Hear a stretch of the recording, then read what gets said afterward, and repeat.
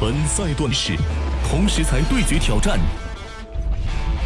葛仙米种子吗？拉拉它是什么东西？天哪！垦丁湾不常见的。来自新宿两大阵营的25位主厨，将组成新宿对局，抢夺组内唯一的晋级名额。太残酷了！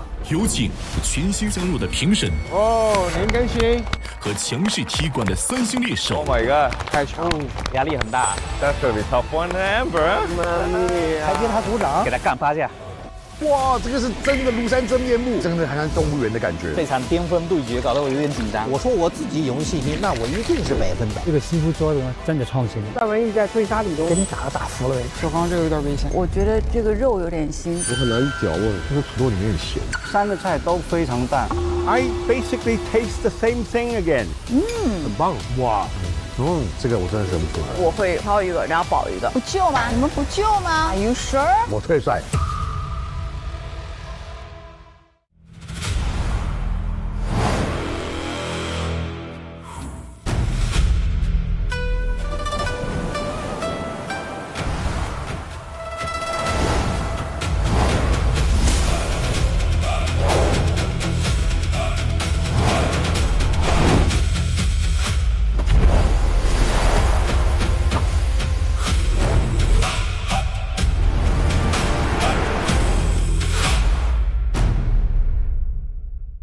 本节目由李锦记博研生抽独家冠名播出。李锦记博研道道都好吃，博研味更鲜，水就是水，让水回归纯净。本节目由娃哈哈纯净水赞助播出。本节目由七喜赞助播出。会吃的喝七喜，一周七喜爽透顶。本节目由全球销量第一的金弄鱼1:1:1调和油赞助播出。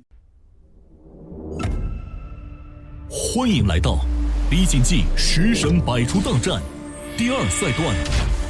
本赛段来自新宿两大阵营的25位主厨，将组成10组新宿对局，抢夺组内晋级名额。本赛段的主题是奇遇奇之战，真正残酷的战场即将开启。太残酷了！刚拼杀了那么多人，又让我去比，太难了。 既然能走到这一步，我也有能力能把这个新厨的位置守住。我们已经经历过1比9了，拿实力说话嘛。从这一刻起，新厨与宿厨之间的博弈全面升级。当然，处于这场暴风中心的，不仅有现场的各位主厨，还有全新升级加入的评审和强势踢馆的3星猎手。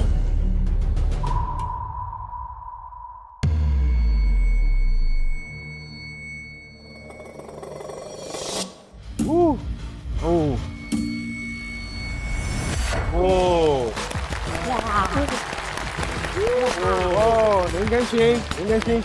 哦，林顺。妈妈咪呀 That's Perry。Oh my god。有请内娱东北厨艺王、大众评审林更新。大家好，我是今天的大众评委演员林更新。那今天我来到百厨大战，就想吃一点好吃的饭菜。对我而言，口味是第一。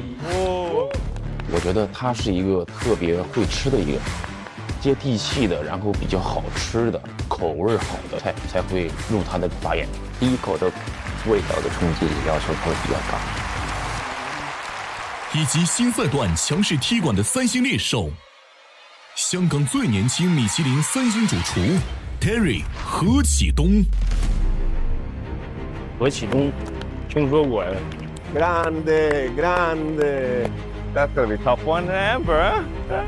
He's quite talented chef. He's got awarded Rising Star or Young Star Chef, so he's quite well known in Hong Kong.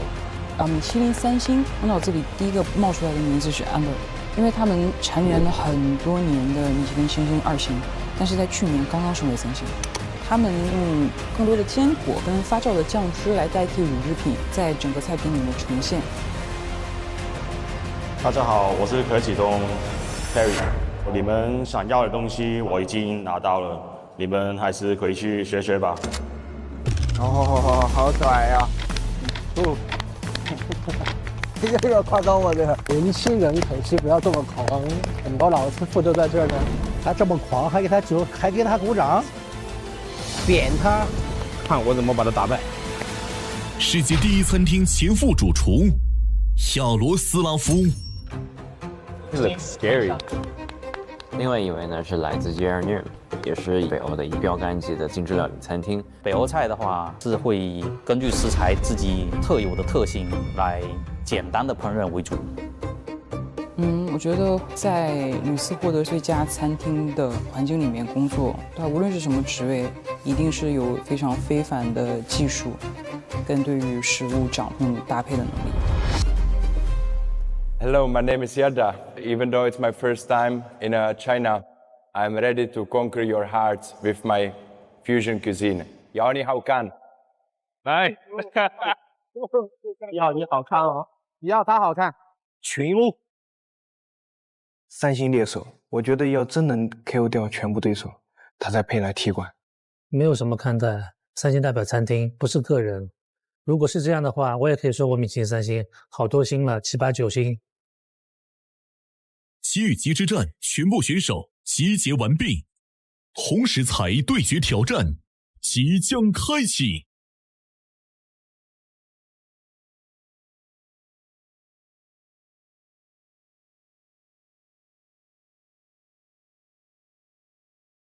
本次共10个食材，包含5个极常用食材和5个极稀有食材。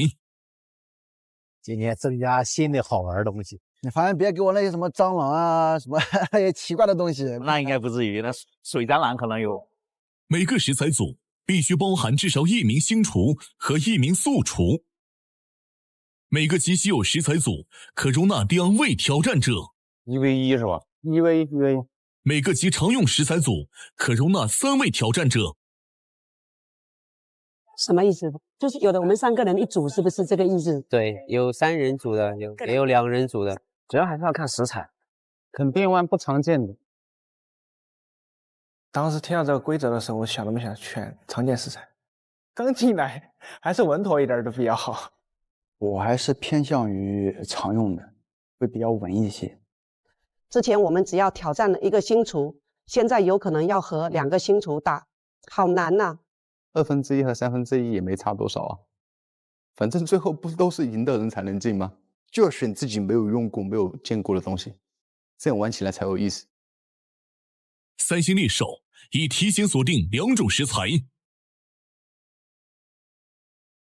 相应食材组成的赛制升级。好刺激啊！踢馆者必须在相对应组内获得第1名，才能晋级。哇哦！哇！压力来了！其余新厨、素厨只需要战胜踢馆者即可晋级。那打这个也有意思啊！只要战胜下厨就不限人数晋级。这个是完全没有想到的，特别惊喜，也特别惊吓。This is what it makes so interesting and through this competition because you don't know who you're gonna go battle against with. 接下来，请大众评审刘涛、潘玮柏为大家揭晓本场对决食材。请注意，本轮是1v1对战。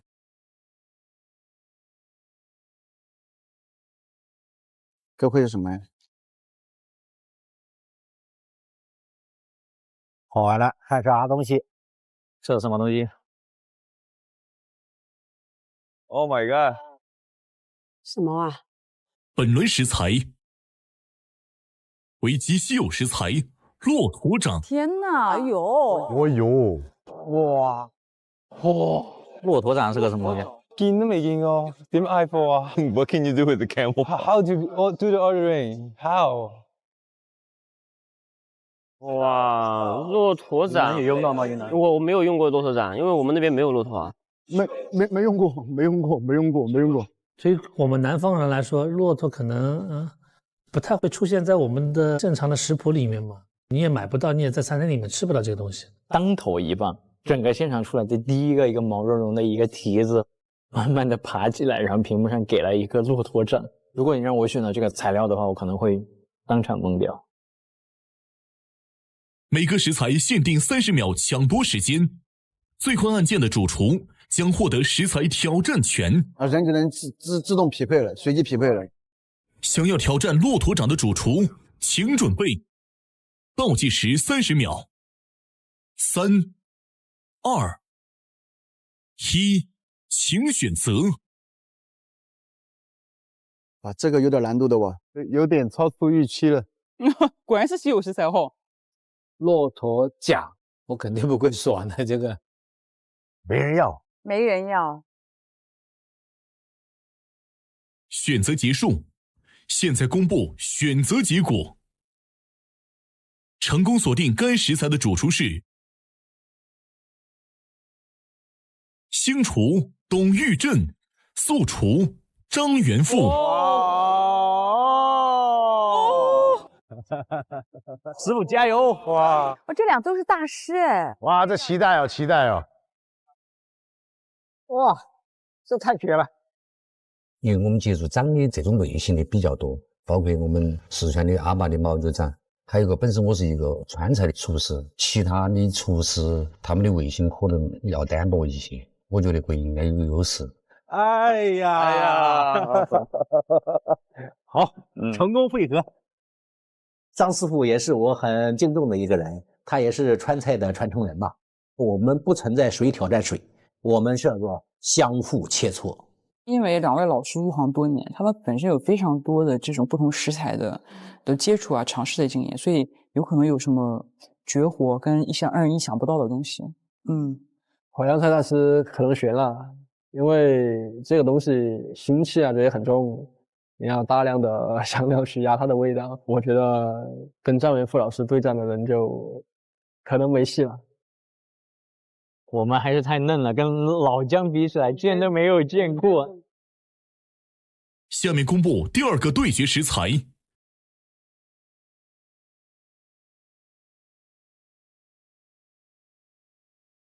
这啥？极稀有食材大章鱼。哎呦，章鱼好高啊！好大呀，这章鱼！章鱼给我呀！请注意，该食材已被踢馆者亚罗斯拉夫锁定。该组对决人数升级为3人。有意思了，有意思了啊！有意思了，有意思。那我也不怕，对。要不要抢？要不要抢？赶紧抢啊！想要挑战大章鱼的主厨，请选择。很多人选哦，我选了，我选了。你法章可以啊，法章可以。你想要章鱼啊？那我也要章鱼的哦，看我们俩谁快了。Go for it, go for it。成功锁定该食材的主厨是3星猎手亚罗斯拉夫，星厨 TC 蔡都义，素厨陈小刚。我就猜对了，猜对了。我是冲着他去的，是冲着他去的。当我听到踢馆的那一刻，我的想法就从挑战稀有食材变成了我要挑战哪一位比较强的厨师，我就拼命的按王字一按。怎么样？给他干8架。你干的话就打赢2个第3星跟2个第1。我也是米其林3星出来的，谁不是3星啊？好，小刚有勇气，好，就应该这样。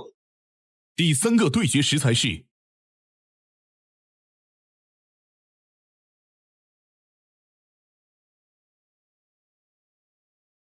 极稀有食材拉拉。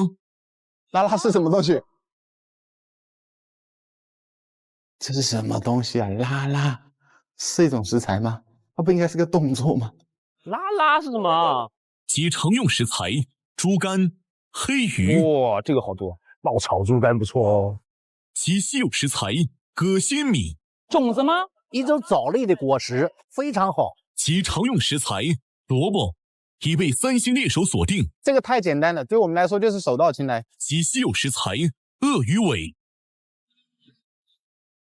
这个有点夸张了，我这个。哇！天哪！我选了，我选了，我选了。哦，没抢到。现在不行了，下一个不管是什么稀奇古怪的食材，我一定要摁了。哎呀，太强了，真的太巧了，太巧了，遇上了。全力以赴，全力以赴。多指教，多指教，别手软啊，别手软，别手软。我相信来参加这次比赛的厨师都是喜欢挑战，这次比赛就是一个不错的时机，可以去做一些本来我就想尝试的食材。十组对决已全部产生。极常用的食材看似简单，但真的要做到突出的时候，是很考验选手的创新巧思的。要怎么做呢？萝卜，而用极稀有的食材，就是要看选手对食材特性的了解，怎么样去解构，怎么让人一口就知道这个食材有多特别。说到底，不管是什么菜品，调味的重点还是要突出食材本身，让它的本味鲜和质感成为主角。好的菜品源于对食材的敬畏和深入理解，贵在对本真鲜味的尊重与守护。所以李锦记贴心为大家准备了薄盐味更鲜的薄盐系列产品，以专业薄盐提鲜工艺为每一道菜品匠心加持，锁住本心。大家烹饪的时候可以搭配使用，唤醒食材本味，衬出食材本鲜。第二赛段级与级之战正式开启。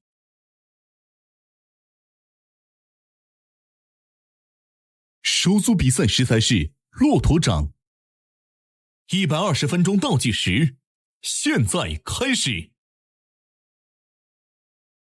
加油！加油！师傅加油！第一期结束了之后，我去四川跟张师傅拜师学艺，学习这个传统川菜。其实我之前是吃过师傅做的这个驼掌，所以的话，我知道师傅是相当稳的，这次赢的概率相当大。这次比上次好，这次比上次好，因为参加过一次了，因为经过一次那个第二次相对来说，要好很多。加油！加油！这一次带来的菜就是四川的泡菜煨骆驼掌。这场巅峰对决搞得我有点紧张。哇，这个是真的庐山真面目！哇，这个好大哦！哇，这真的好像是动物园的感觉。我拿可以拿起来吗？可以、啊。我看它多重。哇，我看这关节。哇！你可能小时候去动物园或参加农场的一些活动的话，可能都是这个味道，但是真的要想象它会是什么样的口感，完全是困惑的。其实它是在所有食材里面算比较有难度的，它难度其实最在于就是它的处理它的腥味啊。骆驼掌本身的那个腥味也好，确实特别的大。我觉得最大的那个难处，实际上就是先要出水，因为只有这个样子可能会消耗它的一些多余的一些腥味。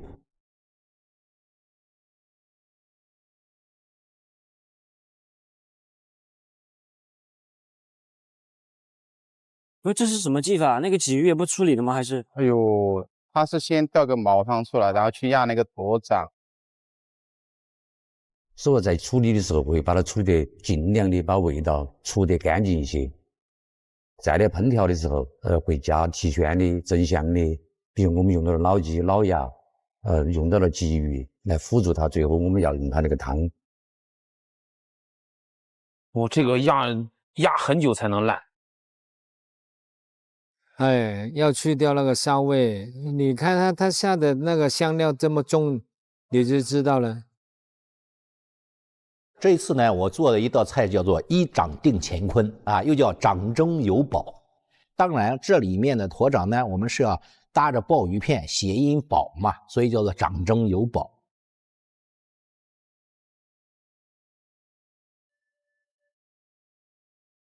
一模一样的哦，都是包着的哦。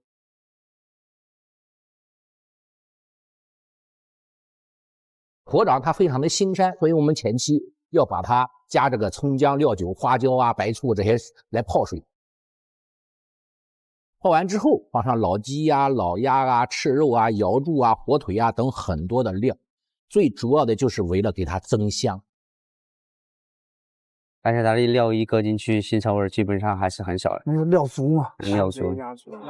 其实底上呢，大家都差不多，那边炖了一锅汤，这边也炖了一锅汤，对吧？对，那只不过一个浓汤，一个是清汤。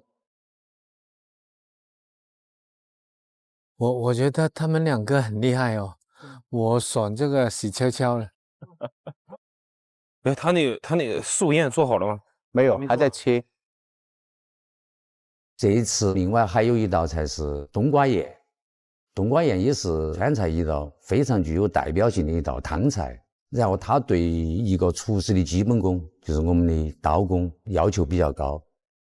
这个是蛮难的，就很难熟这个东西。因为它的粗细的那个丝一定要均匀，然后在穿的这个过程当中也比较考火候。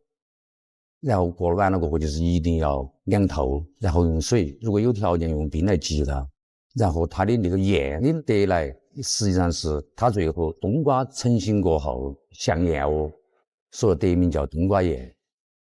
老师傅啊，这个能看得出来他是经常动手的，对，要不然这个年纪很少能这样。对，我师傅那边的话，他只用的是掌心脱黄的那部分啊，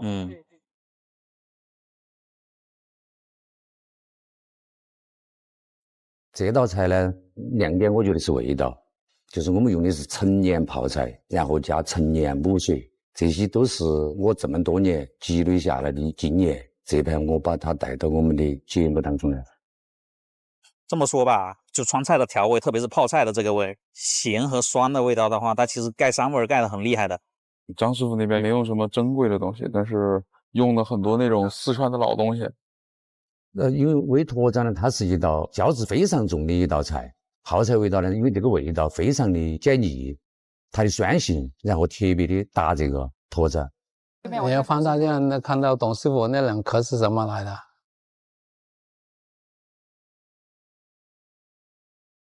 这是鲍鱼啊！来了，这么大个。因为鲍鱼，大家可能在传统概念里面都知道它是好东西。所以我们其实为什么我把这鲍鱼跟驼掌搭配，也是为了让驼掌借助鲍鱼的爆香味。张师傅是用普通食材做高档料理，董师傅都是用的好食材，好食材来包好食材。对，这两个还是有一个鲜明的对比。是的，因为这个骆驼掌呢，它最珍贵的地方啊，就在于它的掌心，这个肉很滑嫩。所以啊，我们在把它趴透了之后啊，一定要把它切成片，能够让它更加的入味。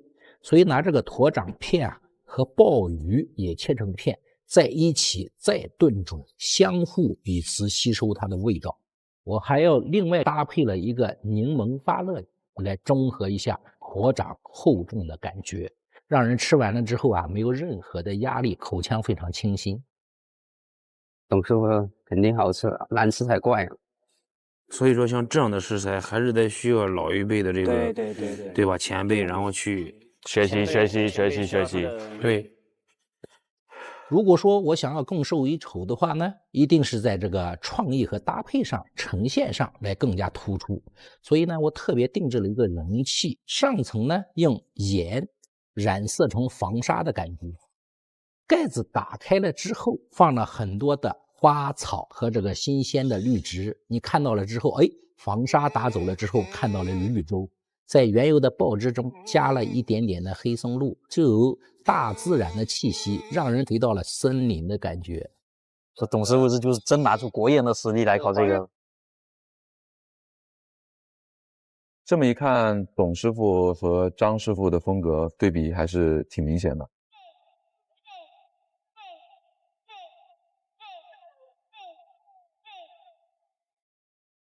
淮扬对川菜，这个是大师级别的这种较量，就是有的看。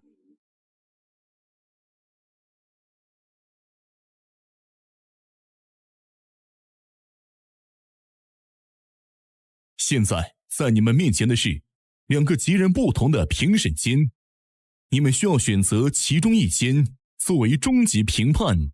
选择大众评审，请按下蓝色按钮；选择专业评审，则按下红色按钮。其中专业评审进行盲评，仅从菜品呈现、味道进行专业评判。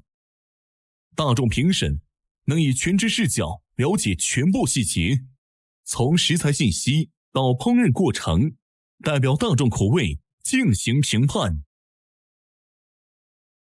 现在你们需要进行商议，选择其中一间评审间作为终极评判。来，你来，来，你来，来，你是哥，你来，你来，来来来，你兄弟我了，你来，我们两个一起。好，你来，大哥，来，我们一起来。源自自然的精华才是本味之鲜。要尝出食材自己的味道，我选李锦记薄盐生抽。黄金地带的阳光，酿就独特的岁月鲜香。鲜薄一分会失神，盐重一毫会夺味。三餐四季，让道道菜都好吃。李锦记薄盐系列，薄盐味更鲜。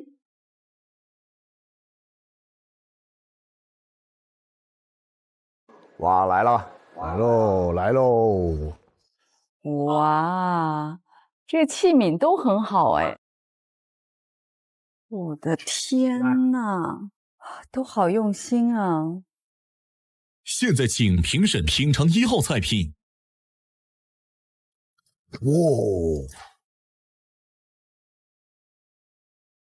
我的天呐！试一下吧。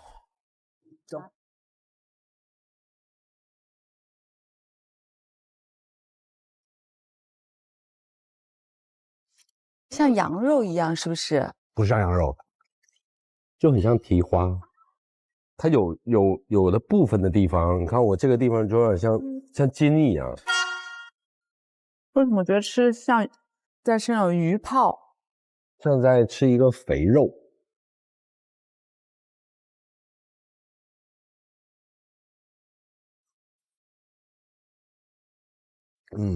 骆驼肉。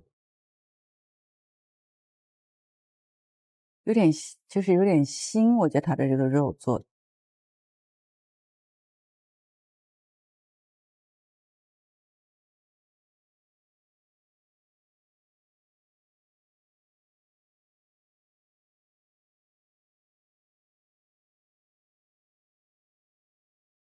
1号菜品的这个味道呢，我觉得还是不错的。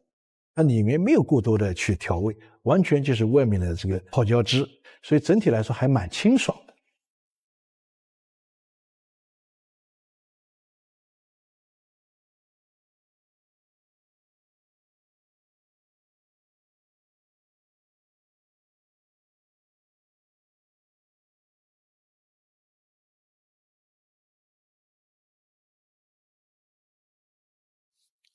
现在请评审品尝2号菜品。很漂亮哦，很有仪式感。哇哦！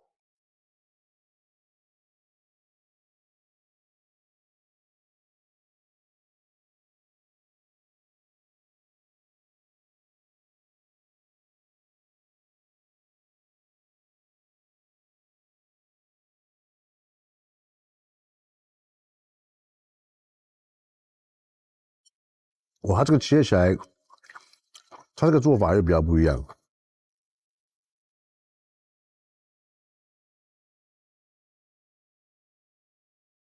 它用了一点松露嘛？和松露。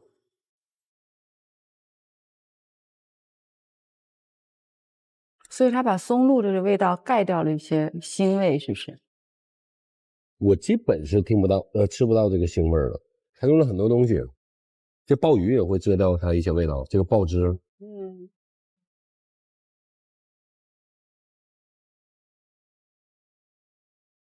我很难嚼啊，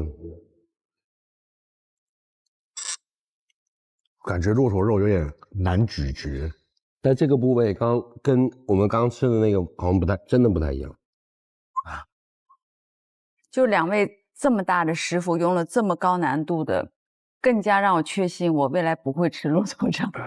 我会挺希望大家告别这道菜的，就是这个骆驼掌没有必要吃。哇哦，他用了这么奇特吗？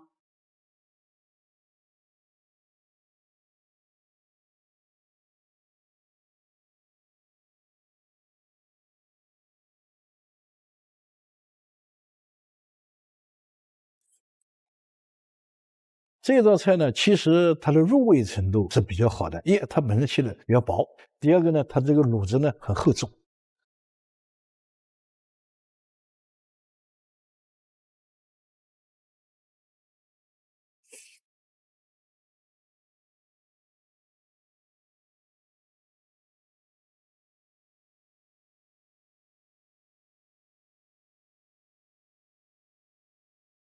所有菜品品尝完毕，请各位评审为本组菜品进行投票。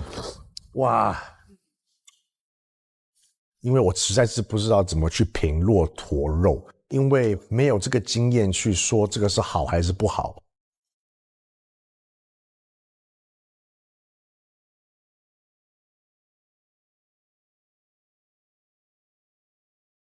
投票结果已出，本组主厨选择的是专业评审间。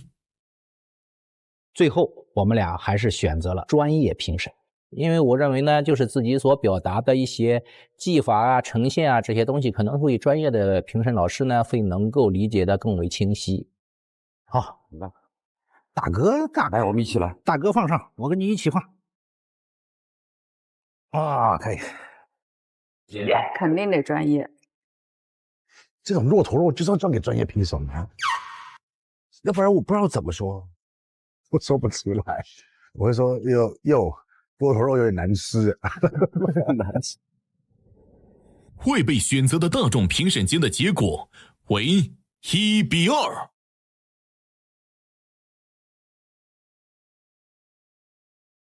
获得2票的是星厨董玉振。董老师，我看他那个高汤选用了很多不错的、比较鲜的那种食材来吊这个汤，还有这个比较大的这种干鲍啊，我觉得他用料很充分。由于本轮你们选择的是专业评审，所以大众评审的比分不作为最终结果。现在请进入专业评审间，揭晓你们的最终结果。Sir Chairman, I want to ask you a question before I comment. Is on the last challenge, you lost your position as star chef. I mean, if you lose in this challenge, you're out. So, do you have confidence that you win? 我觉得参与更重要，因为我的专业是在做菜，不太擅长这种比赛。本组对决的结果是，我算老师傅，然后董师傅也算一个非常有阅历的一个师傅，就是从实力方面，我觉得应该有一比吧。对于我来讲，发挥出我的技艺，让别人看到一定的知识点，而且呢，我肯定非常相信我自己的手艺，这就是自信，自信来源于实力。本组对决的结果是3-0。问我，为什么？哥，你投的是几号？我是本来要想投2号，但后来因为我1号没吃完，我又回去11号，我觉得辣的够味儿。但我1号我可能那个部位我真的嚼不动。获胜的是素厨张元富。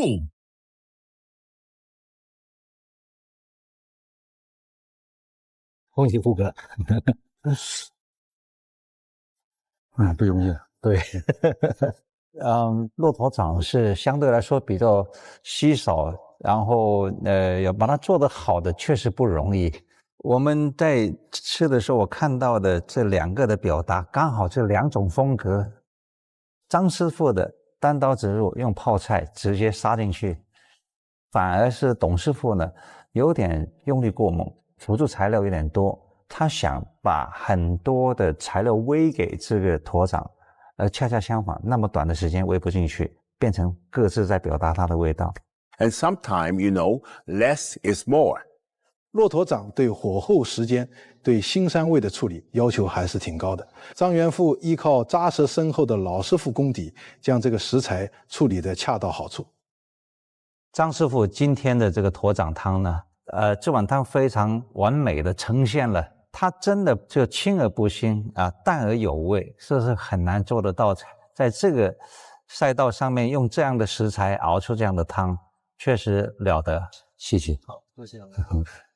张师傅这边呢，那这个菜呢做得很好，它这个汤呢没有任何异味，很鲜，这个菜应该是给他加分的。He wanted to show us that he's Star Chef material, and he did that. He beat another Star Chef to do that. So I think it's a double achievement for him, and we were very, very happy to see this happen. 张老师赢回去了。恭喜素厨张元富成功晋级。张元富，哇！哎呦呀，太难了，太厉害了，对。最后的比分是您3票大比分的胜出了，这个结果您是意料之中的。应该我觉得没得好大的争议，对这道菜。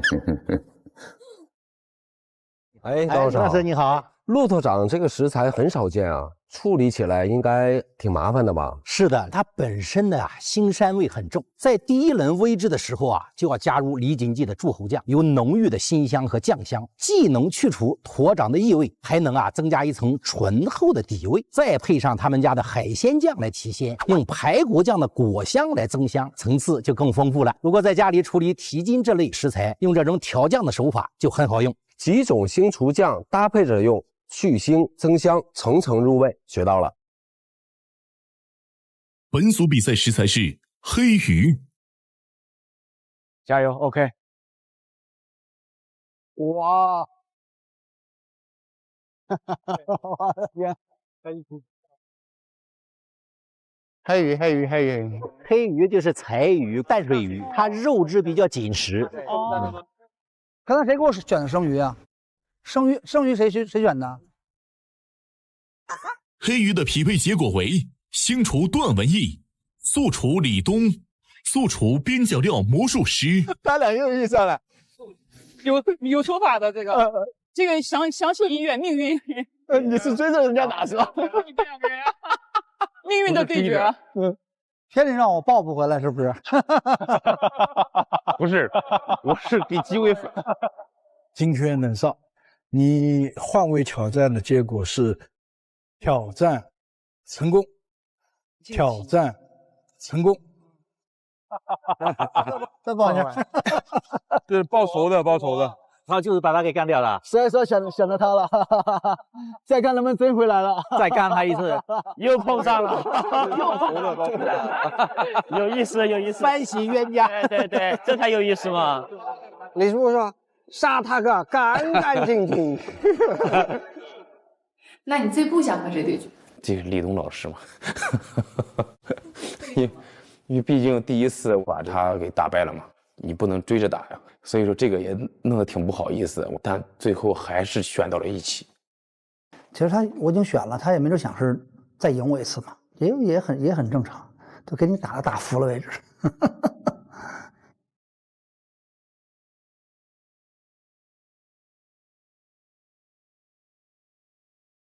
哦，我怎么进入到这里面来了？还是以更多吃瓜群众的心态来面对他们两个。120分钟倒计时，现在开始。段厨你好，哎，你好，辛苦了。哇，那因为这个算是个命运的安排，你跟这个李东厨师又配在一起。对，哎，那我问你一个比较私人的问题啊。他很紧张。你当时从素厨跟新厨换，对不对？那感觉是什么？爽啊！很爽。新厨嘛，哎呀，对不对？这个惭愧啊，这没什么好惭愧，这有时候惭愧，不惭愧，这有时候一次的，对吧？对，首位没成功的这个，当时的心情是什么？我觉得还好吧，还好，没有那么沮丧。阅读我年轻，比我做的好也应该的。谦虚，不会影响您回到北京这个工作吧？不会，那不会。开玩笑了，老师。那你有信心战胜他吗？有，必须有。我突然想到，他们两个就是很在意对方，突然最后赢的人是边疆魔术师，他们两个可能昏倒了。他俩这一次可能没有太在意他的队形啊，对，往往会忽略你，有可能啊。你知不知道你这个不是黑鱼，它要变黑马了，黑马，加油喽！希望你有好的结果。好，完美呈现给老师。好的，感谢，谢谢。李东师傅这次应该是要做传统名菜糟溜鱼片。其实北方这种鱼是生鱼啊，它不是很鲜的鱼，所以我们一般都拿它做什么糟溜鱼片啊。当我做完以后呢，我觉得有点简单了，想口感丰富一点，就改做鱼滑了。鱼的鱼蓉打是非常重要的，把红的地方去掉，然后呢拿盐跟生粉去洗去抓，鱼片跟冰水去打。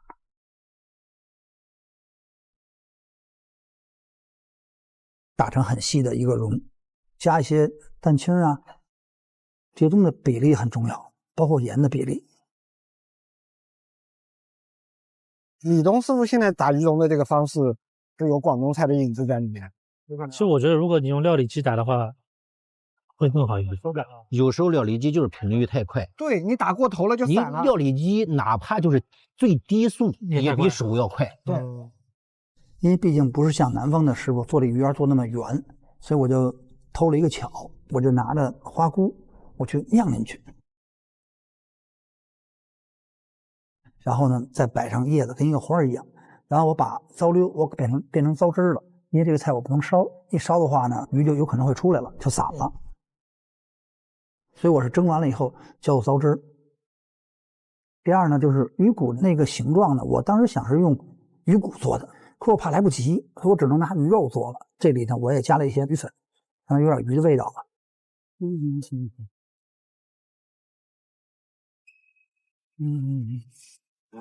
为结束。整体来说还是偏甜的一个口感。我看一下小段这边对于黑鱼的一个准备工作。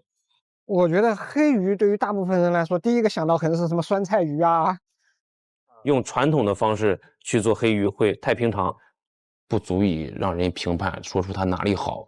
所以说呢，我就想着就是黑鱼上面的话，它的鱼皮是胶质最肥厚的地方，所以说我就把这个鱼肉呢留了就是2到3毫米的一个肉。我看他取的黑鱼肉不少啊。他只取中间一块嘛，不用搞那么复杂吗？时间够吗？因为那个它是选最精华的部分，我就怕这个鱼不够。然后我选了4条鱼，然后我要杀4条鱼，还要改刀改成4条鱼，所以说这个上面浪费的时间太多。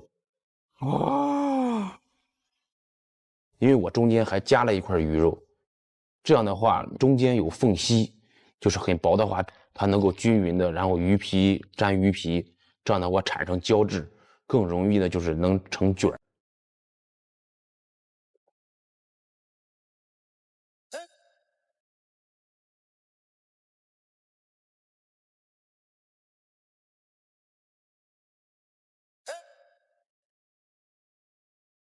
葱烧汁的香味儿啊，跟酱汁的那个香味儿，能够更好的进入到里面。说那个马兰头是自带一点点的这个粽叶香嘛？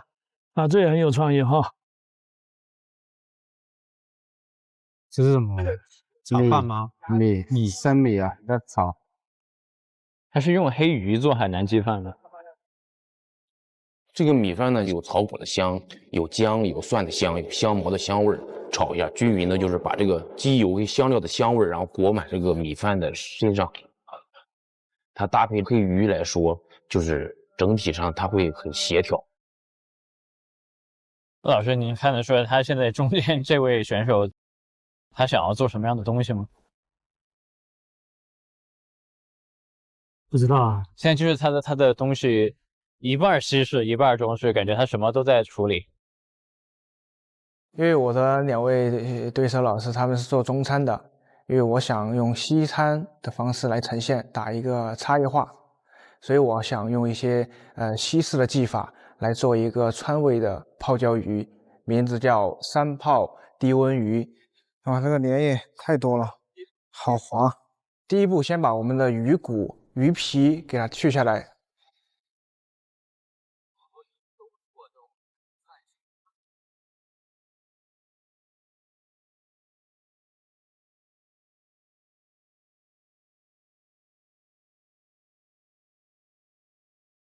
血的净肉在腌料里面腌一下。珍惜是一个厨师最基本的职业良心，所以我把剔下来的鱼骨熬成汤，因为鱼骨熬汤本来就很鲜。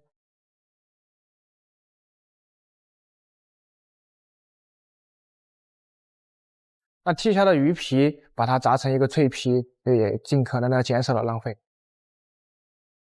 三泡低温鱼里面的三泡指的是泡椒、泡萝卜、泡姜，但是我觉得它会有一点过于单调了，所以我又加了香茅和南姜在里面。川渝的这个泡椒酸辣味，有点接近于东南亚的这种酸辣味，所以我想把这两个东西结合一下。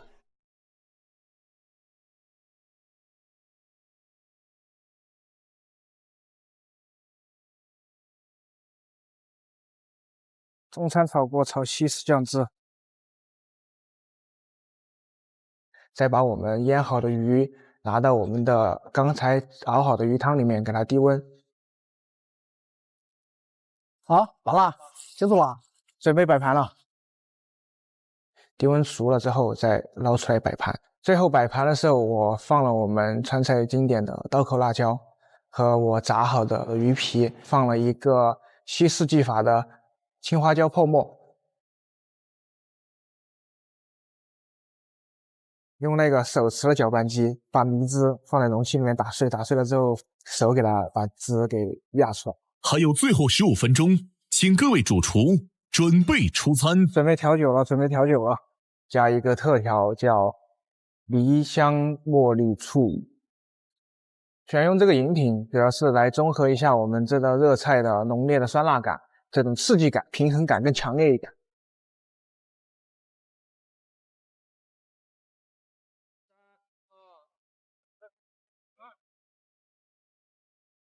好，结束。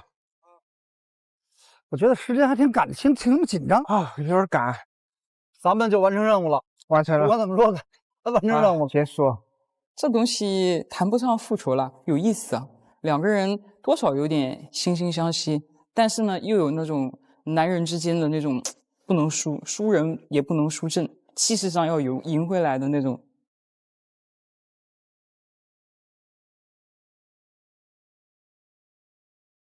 我建议选一个大众的，大众的吗？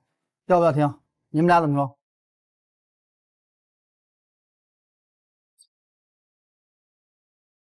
？Let's go。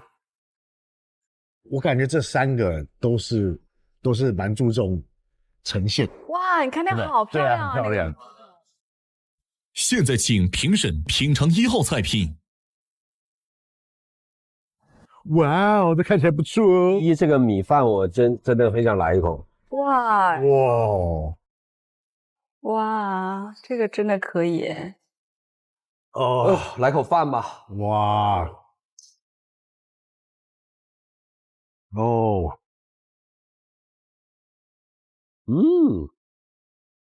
，OK 啊，很棒。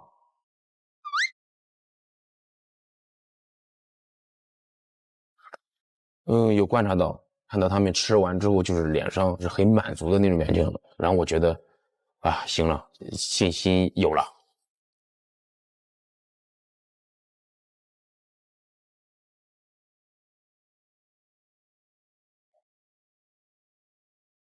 很传统的中式的吃法嘛，来一点米饭，最后来一点汤。Chicken fat and rice and a beautiful soup. 他把鱼炸成像油渣一样的感觉，放在汤里面，起到一个烘托的作用，这个 touch 非常好。现在请评审品尝2号菜品。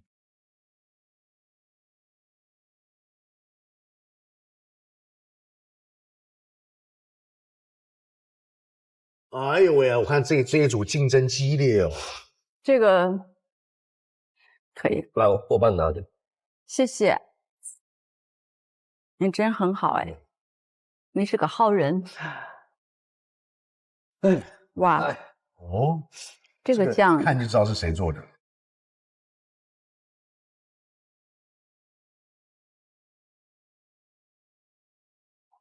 他用了很多那种东南亚的香料，像香茅啊就能吃出来。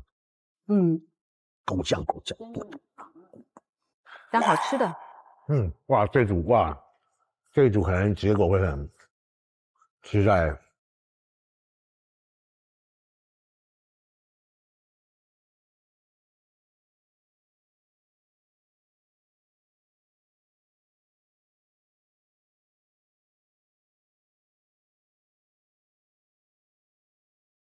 它的汁调的很好，散泡汁以后，切一点那个清爽一下。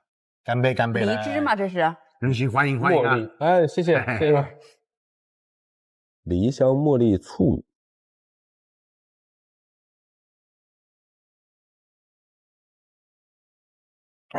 喝出了不一样的感觉啊！咱们只能看着，不能听见。好喝，我看出来了，还没喝。酒精好喝是吧？好喝，还没喝呢。现在请评审品尝3号菜品。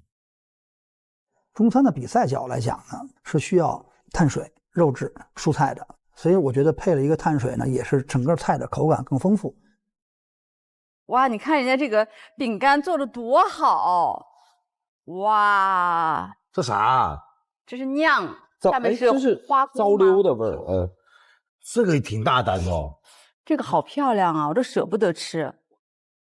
有。哦，这还不错哦，太好吃了，甜甜的。这饼干做的太好了。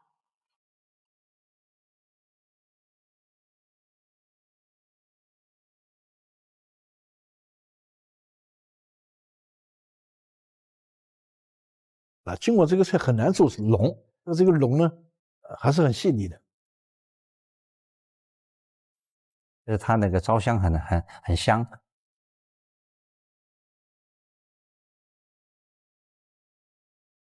里边包个香菇是吧？对，底下是香菇。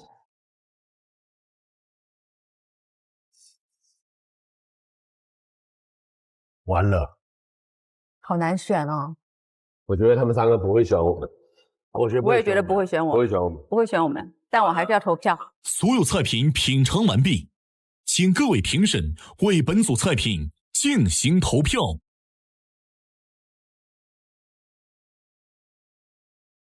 啊，这太难了。好，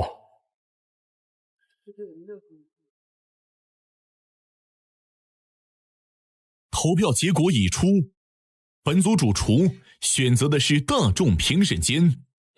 上班了。我建议选一大众的。大众的吗？要不要听？你们俩怎么说？可以，反正谁都一样，都一样。OK， 好了，好。现在请进入大众评审间，揭晓你们的最终结果。这个是好，欢迎。李东师傅，您觉得自己这一次翻身的可能性大吗？